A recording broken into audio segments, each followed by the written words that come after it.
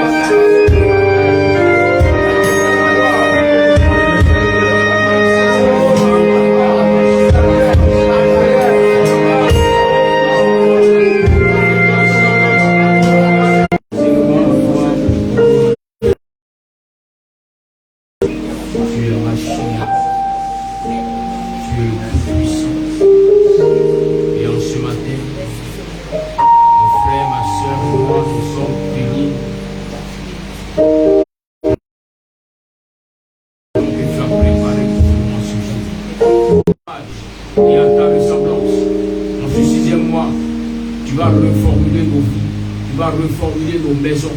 Tu vas tout réparer afin que nous soyons à l'image et à la gloire de Dieu. Oh Seigneur, cet esprit, nom puissant de Jésus. Sois élevé, sois exalté, sois honoré, Seigneur, car tu es bon, car tu es fidèle, car tu es juste. Mon âme veut te bénir en ce matin pour ta grande.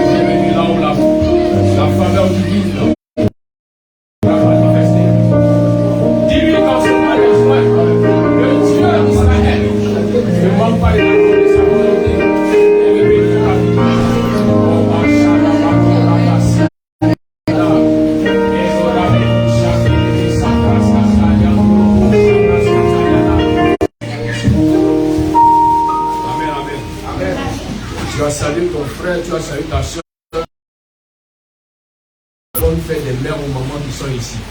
C'est pourquoi tu vas te lever, les hommes vont se lever pour commencer à... Que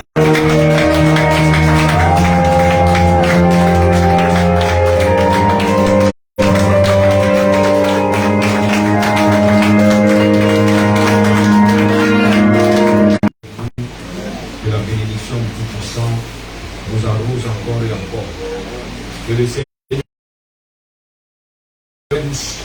ayant des mains douces pour caresser nos frères, pour les amener à comprendre que souvent quand tu es un peu désolé, quand il fait comme ça, là, tu te retrouves un peu. Amen. Alléluia. Nous allons prendre le Bible. Verset 1 au verset 16. Pour ce mois de juin, le thème, c'est l'intervention divine. L'intervention. Aujourd'hui, nous allons traiter l'Éternel, ma bannière. C'est tout le chapitre 17 que nous allons lire. On y va. Amen. Amen. Toute l'assemblée dehors, le peuple chercha querelle à Moïse. Il dit, donnez-nous de l'eau à boire. Moïse leur répondit, pourquoi me cherchez-vous querelle? Pourquoi tentez-vous l'Éternel? Le peuple était là, pressé par la soif, et murmurait contre Moïse. Il disait, pourquoi nous as-tu fait monter hors d'Égypte pour me faire mourir de soif avec mes enfants et mes troupeaux? Moïse cria à l'Éternel en disant, Que ferai-je à ce peuple? Encore un peu, et ils me lapideront. L'Éternel dit à Moïse, passe devant le peuple, et prends avec toi des anciens d'Israël. Prends aussi dans ta main ta verge, avec laquelle tu as frappé le fleuve, et marche. Voici, je me tiendrai devant toi sur le rocher d'Horeb.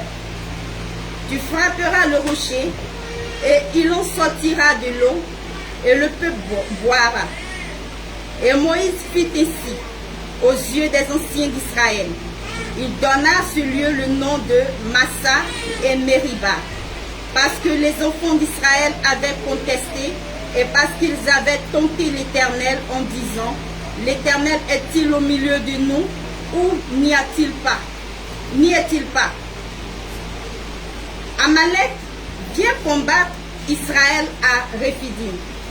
Alors Moïse dit à Josué, choisis-nous des hommes, sors et combat Amalek. Demain, je me tiendrai sur le sommet de la colline, la verge de Dieu dans ma main. Josué fit ce que lui avait dit Moïse pour combattre Amalek. Et Moïse, Aaron et Hur montaient au sommet de la colline. Lorsque Moïse élevait sa main, Israël était le plus fort. Et lorsqu'il baissait sa main, Amalek était le plus fort. Les mains de Moïse étaient fatiguées. Il prit une pierre qu'ils placèrent sous lui et il s'assit dessus. Aaron et Hur soutenaient ses mains, l'un d'un côté, l'autre de l'autre. Et ses mains restèrent fermes jusqu'au coucher du soleil. Et Josué vainquit Amalek et son peuple au tranchant de l'épée. L'Éternel dit à Moïse, écris cela dans le livre pour que le souvenir s'en conserve et déclare à Josué que j'effacerai la mémoire d'Amalek de dessous les cieux. Moïse bâtit un autel et lui donna pour nom l'Éternel ma bannière. Il dit, parce que la main a été levée sur le trône de l'Éternel, il y aura guerre de l'Éternel contre Amalek et de génération en génération. Amen. Amen. Asseyez-vous dans la paix du Seigneur.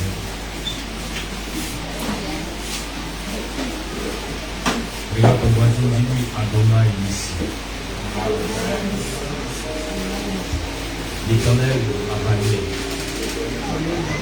Bien-aimé, il s'agit ici du peuple d'Israël, du peuple élu, du peuple choisi, du peuple pour lequel le Seigneur a déployé toute la force, toute la puissance en Égypte, afin de pouvoir les libérer, les délivrer de la servitude de Pharaon et de tous ses combattants, de tous ses soldats, pour les délivrer de la servitude, de l'esclavage, dont ils ont été victimes depuis des générations et des générations.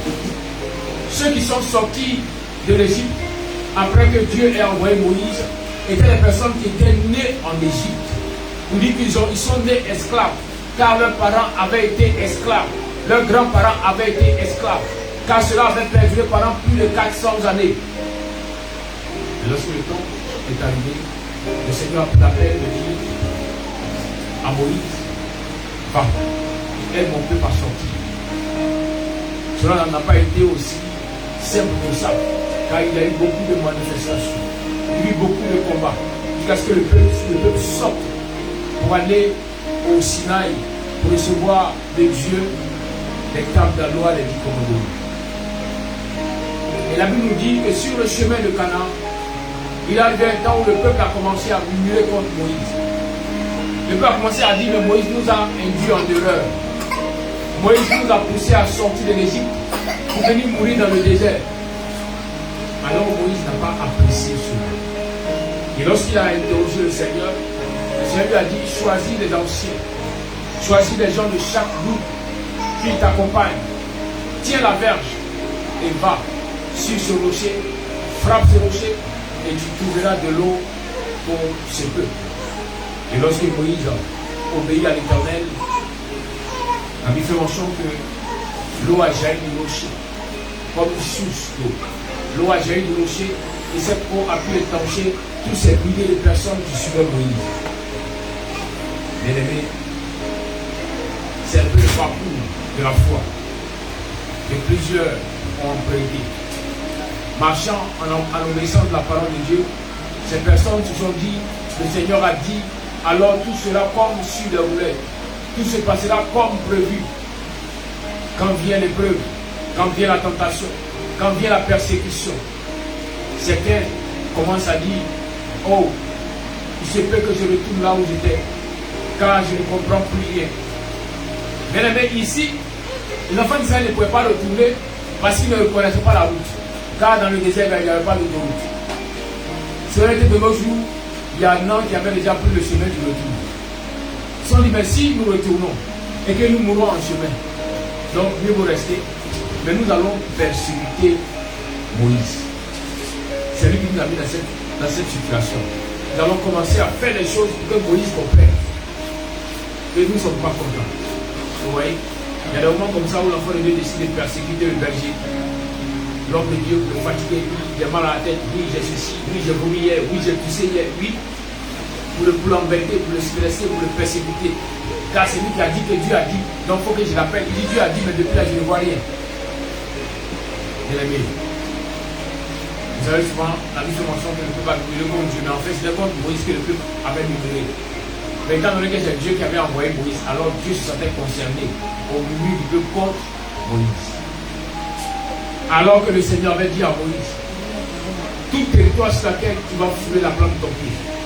Dis au peuple, tout territoire sur lequel ils vont fouler la plante de leur pied, je leur donne ce territoire en héritage. Mais ils sont arrivés sur ce territoire bien aimé. Les Amalécites se sont levés. Les Amalécites sont venus en combat pour les chasser du territoire. Pourtant Dieu avait été avec eux depuis l'Égypte jusqu'à celui. La question est pourquoi est-ce que les Amalécites sont levés contre le peuple de Dieu? Bien aimé, la réponse, c'est que le peuple de Dieu avait murmuré contre le Seigneur. Le Seigneur a répondu au murmure, mais le peuple allait subir les conséquences des murmures. Il y a eu un moment où Dieu va permettre que son peuple puisse comprendre pour recevoir de sa part une grâce, une bénédiction. Il te donne un territoire, il dit possède le territoire. Mais à cause de tes murmures, le territoire commence à t'échapper. À cause de tes plaintes à longueur de journée, la grâce que Dieu avait envoyée commence à être rare. Elle se manifeste à peine. Pourquoi? Parce que ta manière de vivre avec le Dieu créateur a changé. Voilà pourquoi l'apôtre Paul dit que ton oui soit oui, que ton non soit non. Aujourd'hui, nous parlons de l'Éternel, ma bannière. Certainement, tu as entendu parler de ce nom, Yahweh, Nissi, Adonai, Nissi, sans comprendre le sens. Une bannière, bien aimée, c'est une marque qui démontre que le territoire appartient à cette marque. Une bannière, c'est un étendard. C'est ce que vous appelez aujourd'hui un mât où on met le drapeau. Donc, quand on a un territoire qui nous appartient, on place le drapeau pour dire que le territoire appartient à ce pays. Vous comprenez? Quand vous arrivez à la frontière du Ghana, vous verrez que le territoire ghanéen, à l'entrée, il y a le drapeau qui est suspendu pour annoncer que le territoire appartient au Ghana. Quand vous regardez l'autre côté aussi, vous verrez que le territoire ivoirien, il y a un drapeau qui est dressé pour annoncer que le territoire appartient à ce pays-là. Pour te dire que si tu viens enfreindre les lois de ce pays, si tu viens dans ce pays sans comprendre que ce territoire appartient à ce pays, tu auras des conséquences lourdes qui vont t'arriver. Amen. Là où le Seigneur a dit, tout territoire sur lequel tu foules la plante de pieds, tu donnes l'héritage. Le Seigneur t'a donné un territoire qui peut être un foyer, qui peut être une activité. Alors, tu as foulé. Dès le départ, tu as senti que la grâce de Dieu se manifestait. Et que le territoire t'appartenait. Mais à l'instant, on te rend compte que cette grâce a commencé à diminuer. Pas parce que Dieu est devenu impuissant, mais à cause des murmures de ton cœur. À cause des murmures qui sortent de ta bouche. À cause des plaintes. À chaque fois que tu te plains des situations que Dieu présente devant de toi. Pourtant la sagesse dit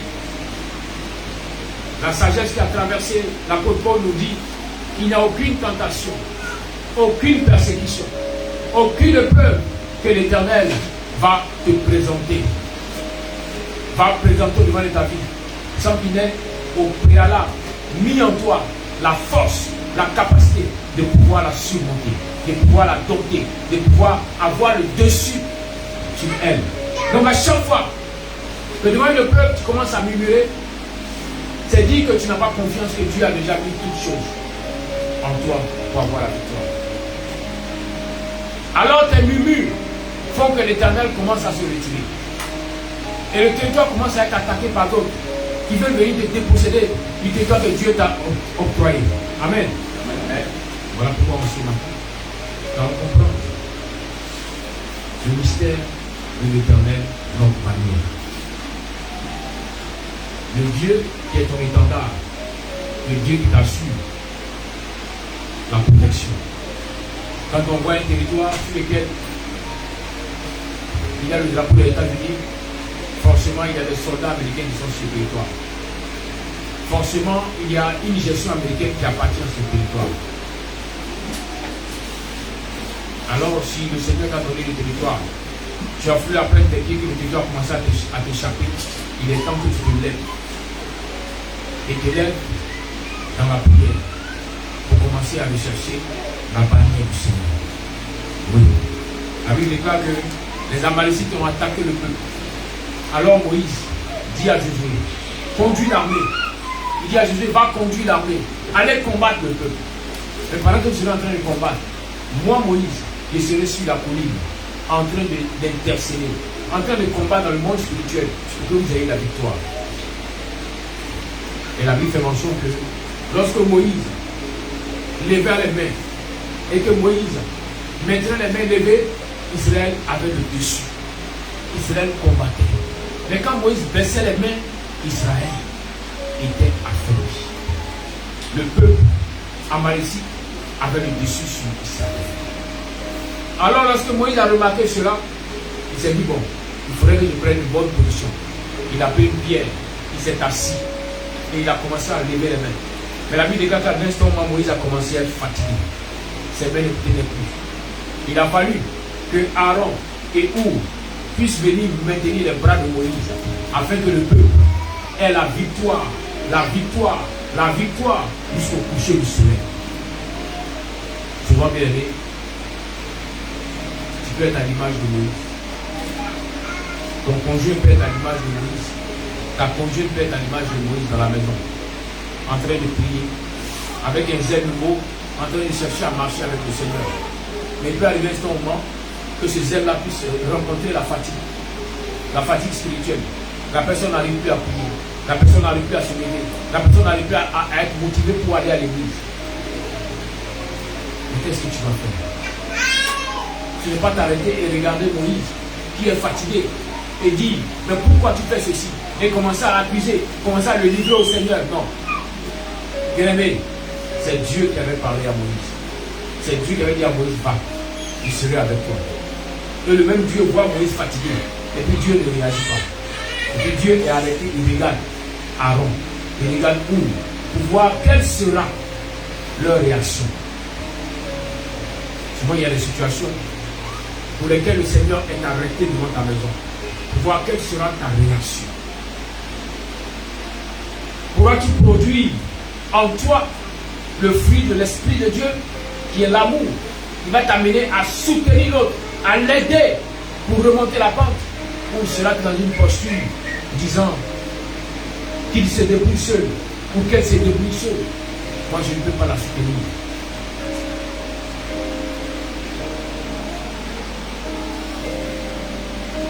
Il y a des miracles qui pourront s'opérer dans ta vie, dans ta maison, si tu apportes ton plein de ciel. Si tu apportes ton aide. Aaron n'était pas plus puissant que Moïse. Ou n'était pas plus élevé que Moïse. Mais la petite aide de Aaron et de Moïse pour soutenir le bras de Moïse a permis à Moïse de tenir et a permis à ce que Dieu accorde la victoire à Israël.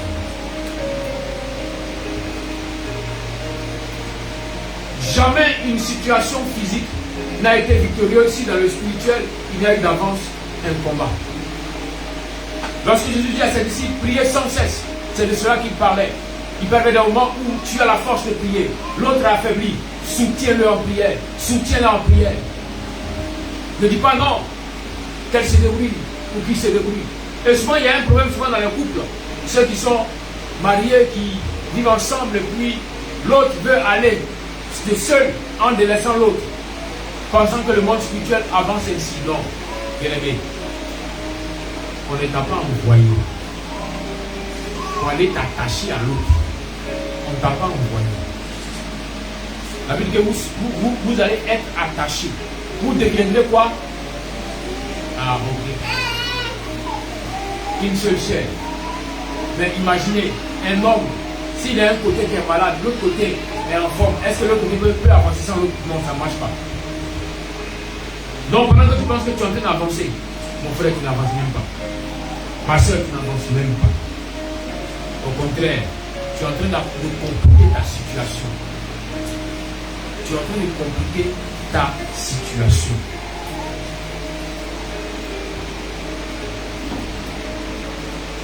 Parce que tu ne cherches pas à traiter le côté qui est malade. La maladie va évoluer et va attaquer aussi l'autre côté.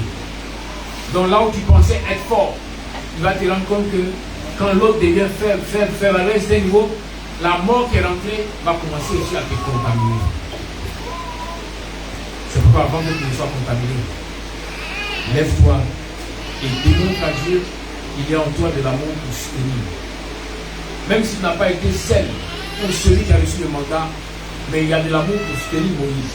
Car Moïse a besoin souvent de soutien pour que la grâce de Dieu continue de se manifester pour lui.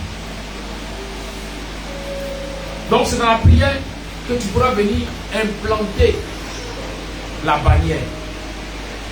Afin que l'ennemi, voyant le territoire à distance, ne puisse plus s'approcher du territoire. Là, il va se rendre compte que le drapeau qui est là est écrit sur le drapeau Adonai. Donc ce territoire est un territoire qui appartient désormais à Adonai. Mais pour que l'Éternel soit ta barrière, il faut qu'il y ait l'amour, il faut qu'il y ait l'union. Sans union, sans amour, c'est zéro. Sans union, sans amour, c'est zéro. Parce que deux personnes qui marchent ensemble, leur marche est rapide. Mais quand parmi les deux personnes, il y a une personne qui n'arrive plus à marcher, qui est paralysée, alors celle qui marche est la seule qui porte le poids des deux. Car elle a oublié de tirer l'autre qui est assis. Et pendant qu'il marche, il tire l'autre, il traîne. Donc ça ralentit ses pas et il n'arrive pas à aller loin. Il est temps, bien aimé, que nous profitons du mois de juin. C'est ce mois dans lequel l'Éternel va intervenir puissamment. La main de l'Éternel va descendre fortement. Que nous puissions profiter pour que l'Éternel puisse restaurer nos maisons, nos vies. Que nous puissions profiter aussi pour pouvoir nous repentir de là où nous avons murmuré contre le Seigneur. De là où nous avons décidé de faire les choses contre la volonté d'Adonai. Afin qu'il soit notre bannière, qu'il soit notre soutien, qu'il soit notre protection. Mais s'il n'y a pas de bannière, s'il n'y a pas de drapeau sur un territoire, à distance, on ne sait pas à qui appartient le territoire. Mais quand il y a un drapeau, le drapeau est une alerte, est un signal. Il dit le territoire appartient à telle personne. Et si le territoire de ta ville, ta maison appartient à Adonai, les sorciers qui venaient auparavant, quand ils verront le drapeau d'Adonai, ils ne pourront plus s'approcher. Ils vont se dire, si nous avançons, nous allons rencontrer l'armée de l'Éternel des armées. Alléluia. Amen. L'Éternel est ma bannière. Dis à ton frère, l'Éternel est ma bannière. Il n'est pas dit qu'il est la bannière. Il dit qu'il est ma bannière. Amen. Amen. Pour te dire ce matin que là où tu vas prier à l'Éternel, c'est pour qu'il vienne être pour toi, être pour ta maison, être pour ta famille. Être la bannière qui va faire que les ténèbres ne pourront plus. Ne pourront plus revenir pour chercher à te contrôler. Car dans la marche de la foi, il y a des personnes qui sortent d'une restauration et puis après ils retombent encore dans les problèmes. Très souvent, c'est parce que la bannière n'a pas été là. Mais si l'Éternel est ta bannière, aucune situation ne pourra revenir. Peut-être qu'auparavant, tu avais été immature, tu avais mal compris les choses spirituelles. Maintenant que tu as bien compris, alors l'Éternel devient ta bannière pour que tu puisses aller de l'avant. Alléluia. C'est pourquoi je veux que de là où tu as su, tu vas commencer à parler au Seigneur. Tu vas commencer à parler. Je dis Seigneur, j'ai murmuré aussi comme toi. Quand je me suis opposé à ta volonté, quand je me suis opposé, Seigneur, à ce que tu as prescrit pour ma maison, pour ma vie, pour mon travail. Mais aujourd'hui, je viens, Seigneur, à tes pieds, de repentir, de demander pardon. Et nous n'avons pas vu, Seigneur.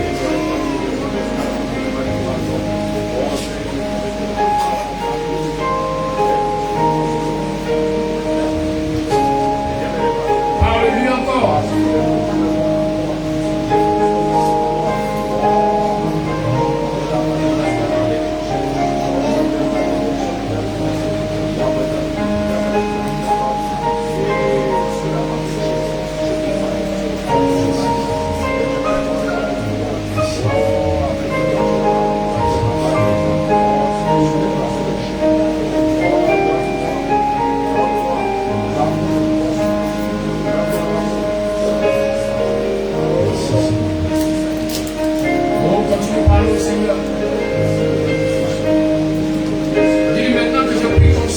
Certaines choses.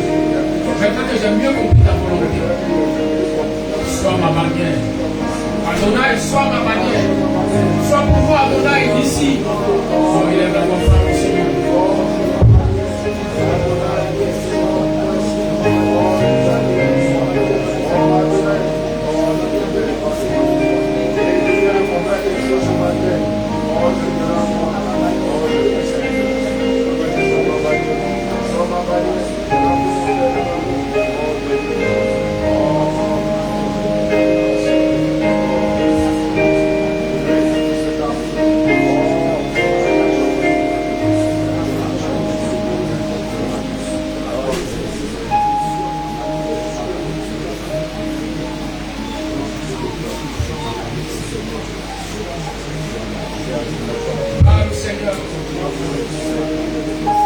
Dis-lui que désormais sur mon territoire, que tu sois la bannière, que tu sois ma bannière.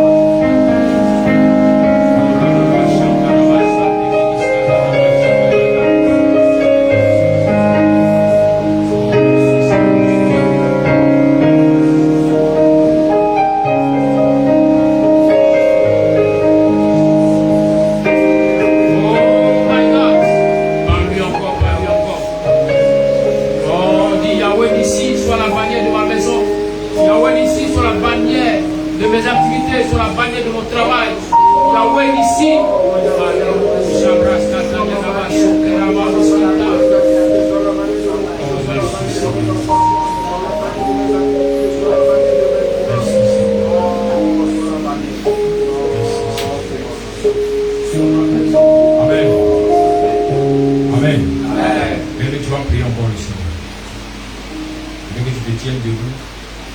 Vous voyez, dans la vie active, que ce soit une société, que ce soit une entreprise, que ce soit une armée, chacun a sa bannière. Quand vous arrivez à l'usine ou à la maison de Peugeot, vous verrez qu'il y a une bannière, un drapeau de Peugeot. Quand vous arrivez dans un camp militaire, chaque camp a sa bannière. Vous voyez que toute l'armée appartient au pays, mais chaque camp a son drapeau. Tu vas dire en ce matin au Seigneur que désormais c'est qui m'appartient.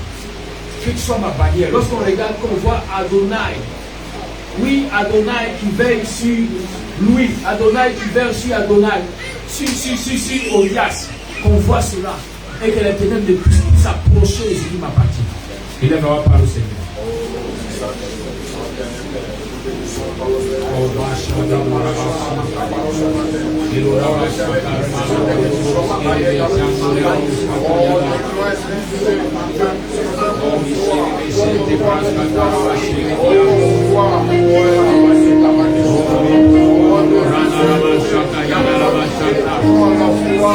Parle au Seigneur et implante ta bannière.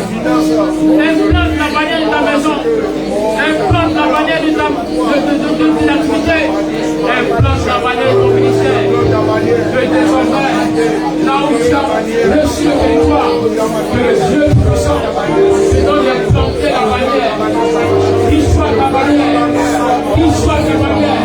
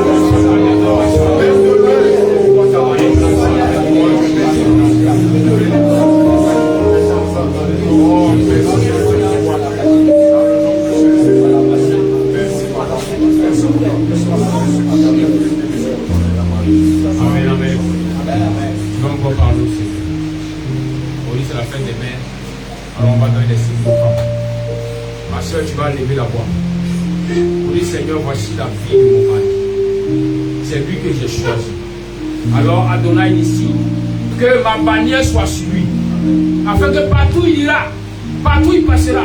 Si l'on veut s'accaparer de lui, qu'on se rende compte qu'il appartient déjà à une femme. Élève la voix par le Seigneur.